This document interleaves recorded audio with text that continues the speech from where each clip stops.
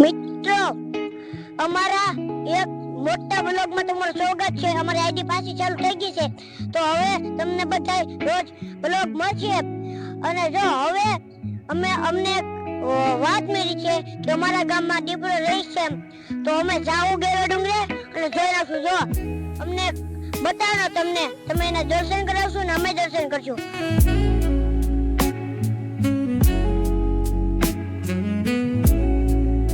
મિત્રો આ અમારું ખેતર અમે આવી જાય છે।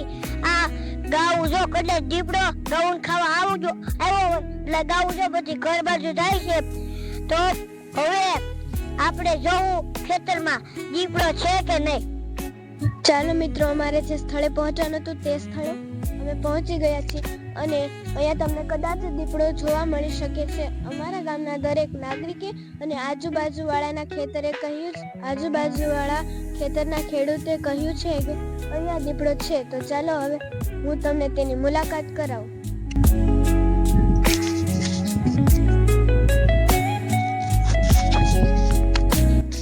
મિત્રો અમે જંગલ ઇલાકામાં આવી ગયા છીએ।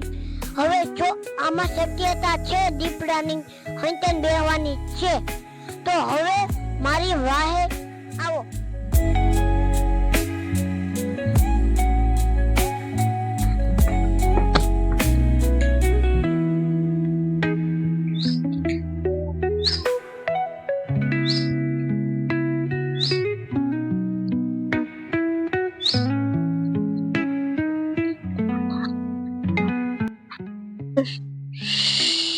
અહીંયા પણ દીપડો હોઈ શકે, અહીંયા પણ દીપડો હોઈ શકે, ગમે ત્યાં દીપડો હોઈ શકે છે।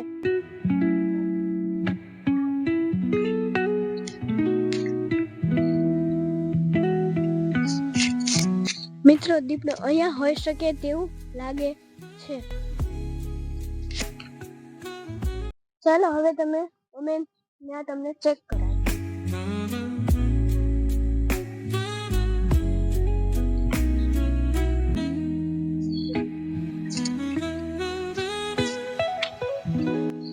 મિત્રો અહીંયા માતાજીની મઢીએ કદાચ દીપડો બેઠો હોઈ શકે છે।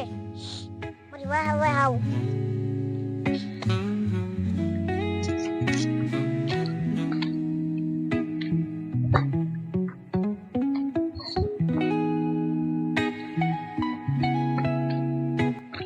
અહીંયા ખૂબ જ ગાઢ જંગલ છે, અહીંયા તમને દીપડો જોવા મળી શકે છે। અમે અને અમારી ટીમ તે શોધ કરવા જઈએ છીએ। ચાલો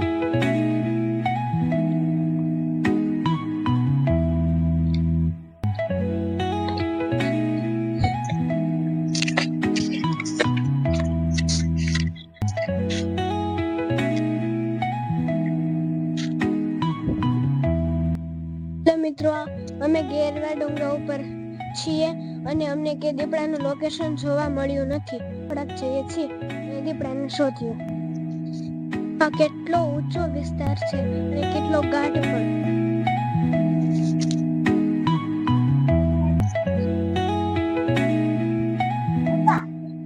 મિત્રો અમે એક્ઝેક્ટ ગેરે ડુંગરાના લોકેશન પર પહોંચી ગયા છીએ અને અહીંયા કેટલી ઊંચાઈ અમે છીએ।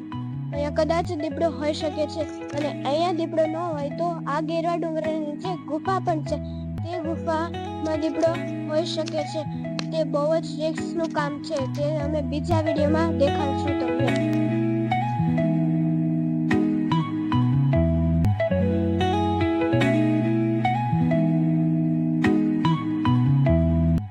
ચાલો મિત્રો, અમે એક્ઝેક્ટ લોકેશન ઉપર અને ખૂબ જ ઊંચે છે, અહીંયાથી તમે આખું ગામ પણ જોઈ શકો છો।